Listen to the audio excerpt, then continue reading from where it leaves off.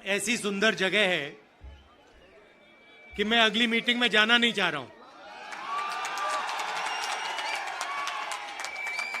आपने फंसा दिया मुझे लग रहा है कि यहां अगली मीटिंग में ना जाऊं, यहीं आपके साथ 1-2 दिन रहूं।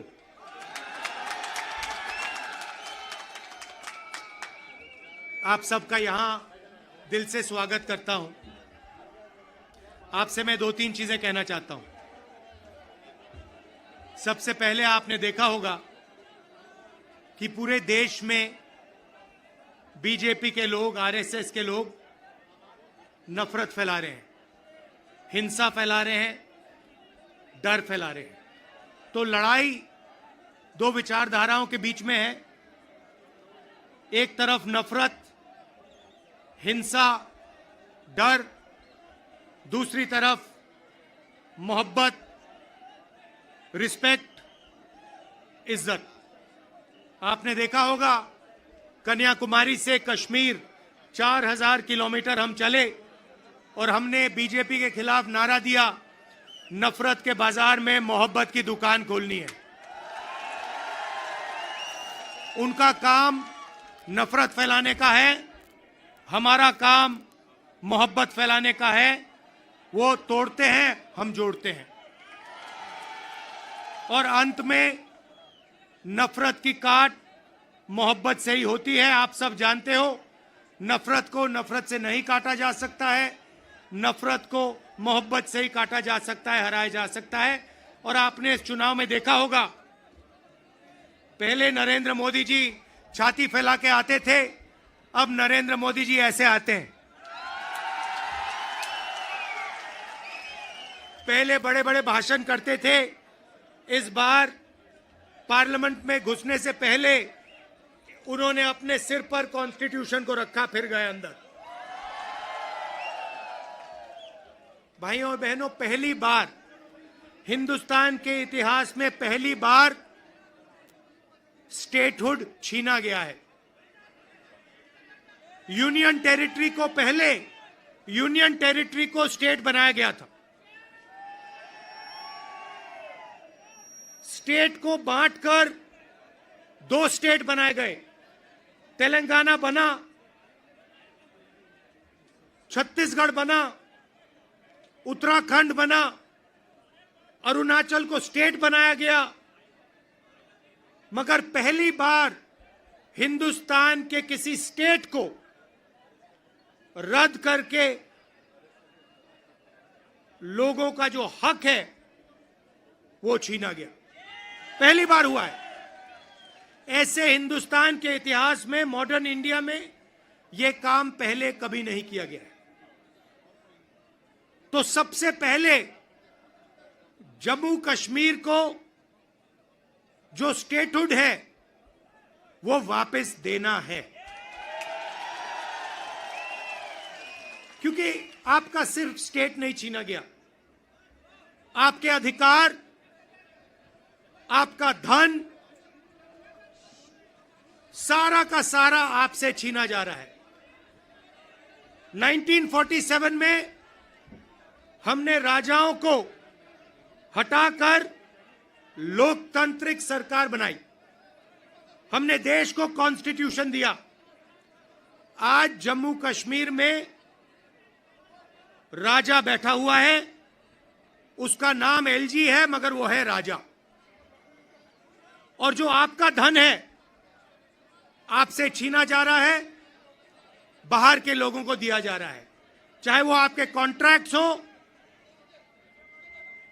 सारा का सारा फायदा बाहर के लोगों को मिल रहा है और जम्मू कश्मीर के लोगों से छीना जा रहा है। तो हमारा पहला कदम जम्मू कश्मीर को स्टेटहुड वापस देने का होगा।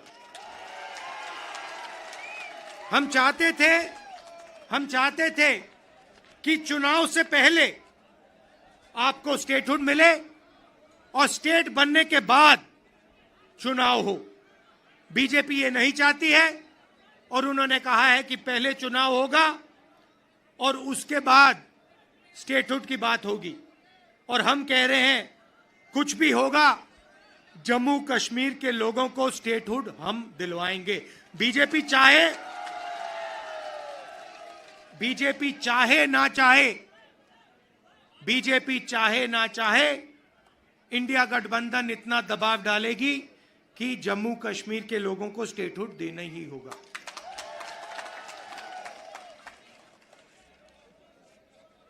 यहां पे हम सब जानते हैं कि बिजली के प्रोजेक्ट्स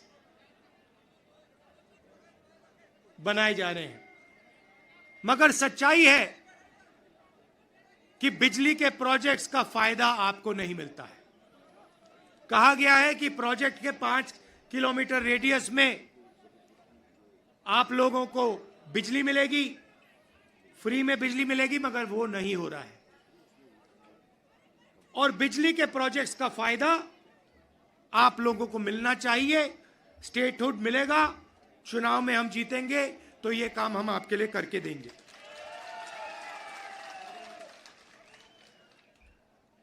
आप देश के लोगों को बिजली दे रहे हो और आपके जेब में से बिजली का पैसा लिया जा रहा है, छीना जा रहा है। ज्यादा रेट देते हो आप, ये अन्याय है, इसको हम ठीक करेंगे।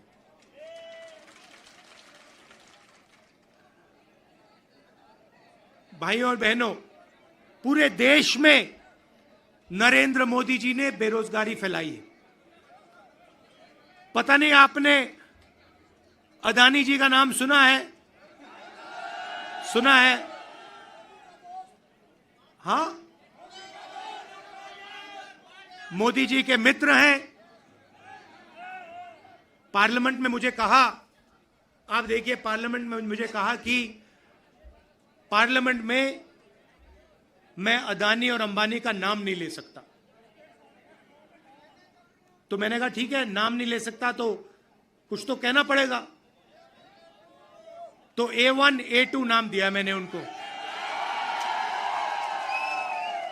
हम दो, हमारे दो, नरेंद्र मोदी, अमित शाह, अंबानी, अदानी, इनकी सरकार चल रही है।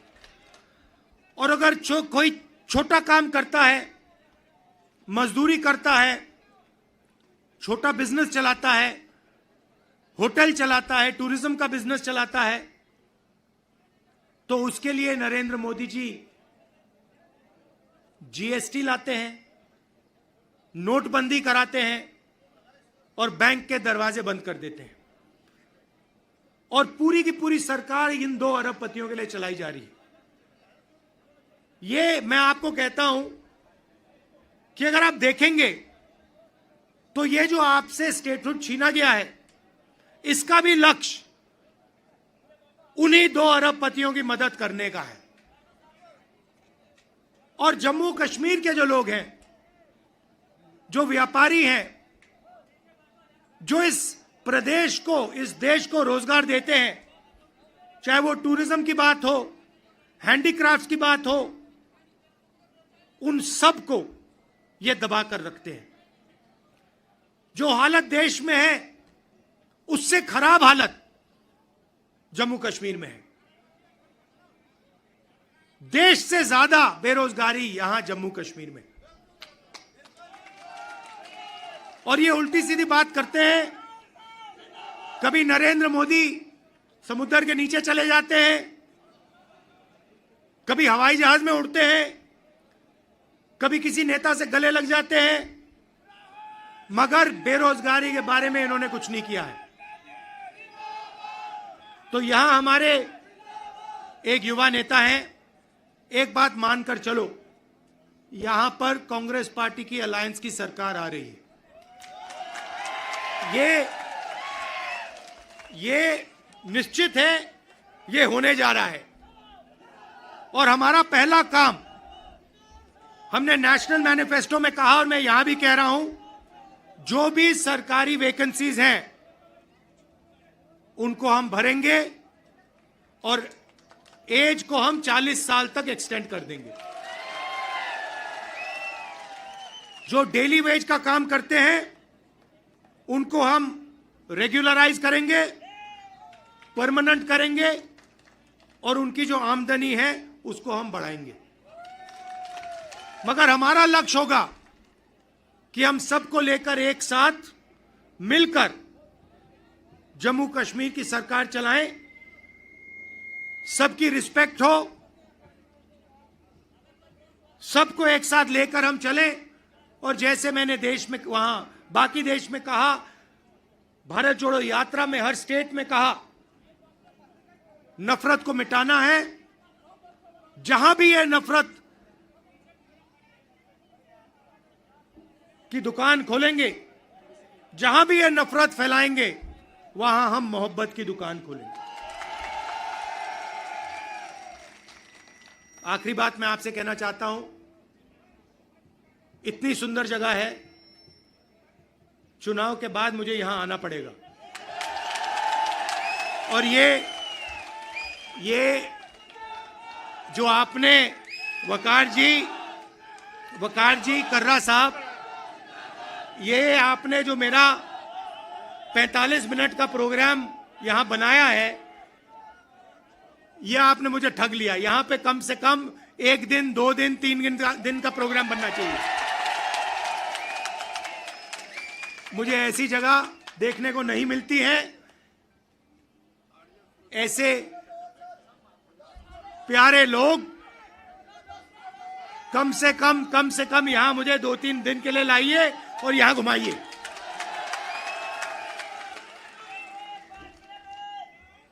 पांच मिनट, 10 मिनट, जितना चाहते हो, कोई प्रॉब्लम नहीं है। हाँ, तो आपने देखा होगा, पहले कहा कि नरेंद्र मोदी को, बीजेपी को कोई हरा नहीं सकता। नरेंद्र मोदी जी कहते हैं, भैया मेरी डायरेक्ट लाइन है, भगवान से मैं डायरेक्ट बात करता हूं। और वो भी देश की मीडिया को बोल रहे हैं। अगर कांग्रेस पार्टी का कोई आए मेरे पास, जैसे कर्रा साहब आए या वकार आए और कहें कि भैया मैं डायरेक्टली भगवान से बात करता हूं, मैं उन्हें कहूंगा, भैया ऐसे करो, आप ये बात बाहर मत गलती से बोल देना,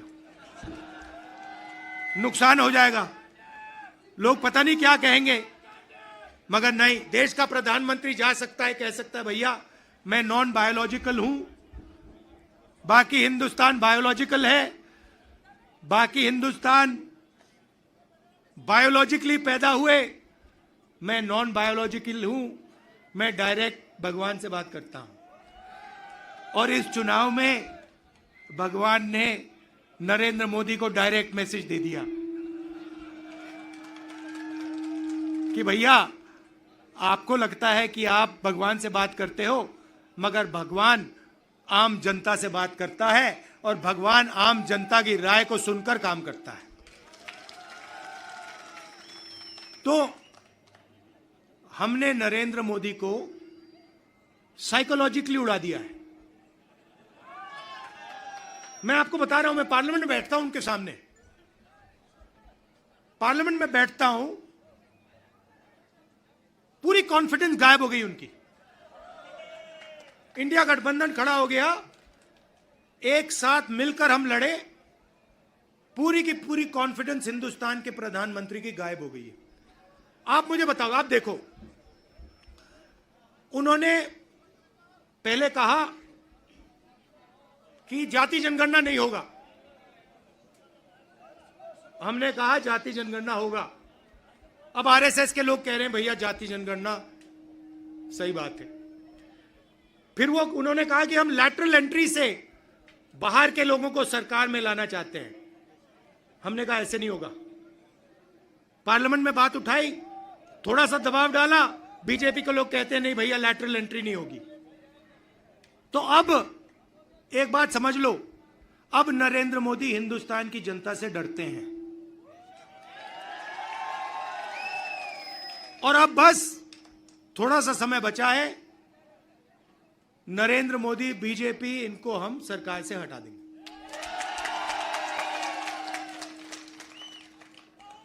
मगर हम चाहते हैं कि देश में भाईचारा हो, सबकी रिस्पेक्ट हो, एक दूसरे के साथ